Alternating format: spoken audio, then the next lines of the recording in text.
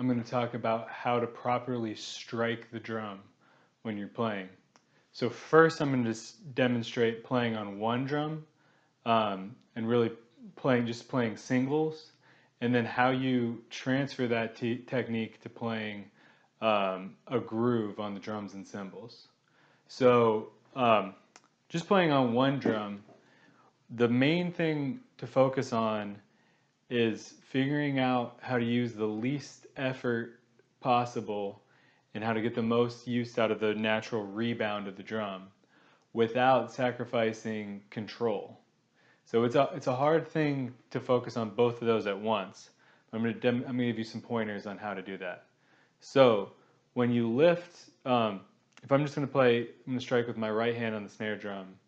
I lift the stick up, try to maintain good posture, have my elbow back a little bit, and I try to let the stick drop and hit somewhere between the middle and the halfway between the middle and the rim, like that. And it's okay while you're practicing to look at where your target is on the drum to make sure you're getting somewhere close to it. And really what I'm doing right now is just using the weight of the stick, letting it fall forward, and then letting it bounce, guiding it to where it can bounce back at me. And I'll do the same thing with my left hand. So I'm lifting it up, I'm having my right hand ready over here, put my elbows back, keep my chest up, and here I'm letting the stick bounce up, looking at my target right now. I'm just letting the stick, I'm just loosely guiding the stick and letting the stick do the work. And so when you're practicing on one drum, you're going to try to maintain the same technique, say if you're playing a groove on the hi-hat. So if I'm just playing a super simple groove, just quarter notes on the hi-hat and then together, I'm going to try to maintain the same concept and the same technique.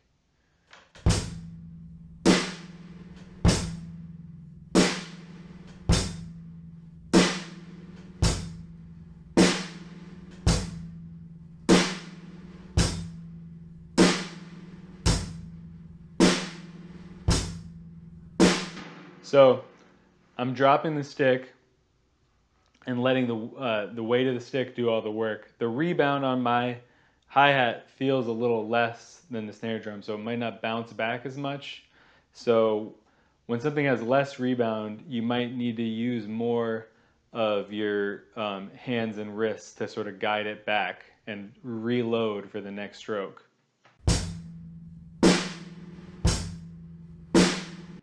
Now I'm going to play eighth notes.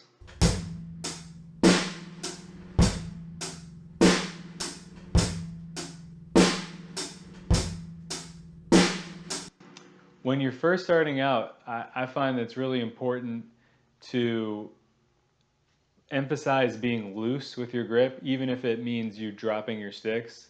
When you tense up on the sticks, not only does it, potentially create muscle or joint problems, it really affects your sound. If the drums and cymbals sound best when you're striking and the cymbal or drum are allowed to ring without you gripping the stick and forcing it on there, which really deadens the sound and kills the sound. So I'll try to give you an example of if I grip too tightly, I don't have as live a sound as if I grip loosely and allow the drums and cymbals to really breathe and resonate.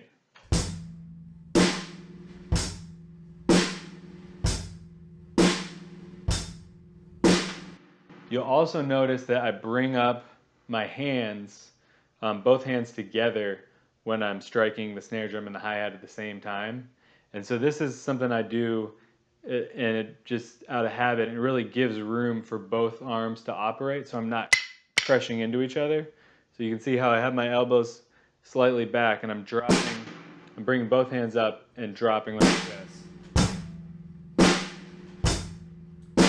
And my stick height I have my stick height is high, but I'm not playing loud because I'm really just letting the weight of the sticks generate all the power. I'm not throwing any extra power into it.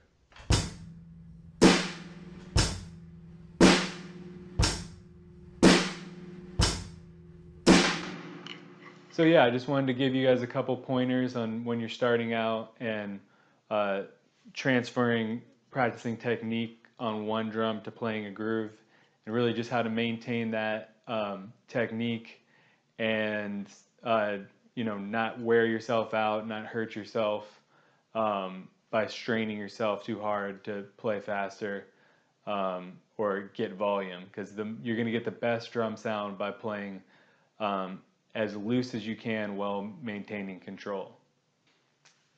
If you enjoyed this video, please subscribe to my YouTube channel and also check out cedarhoward.com for private drum lessons. Thanks a lot. Have a great day.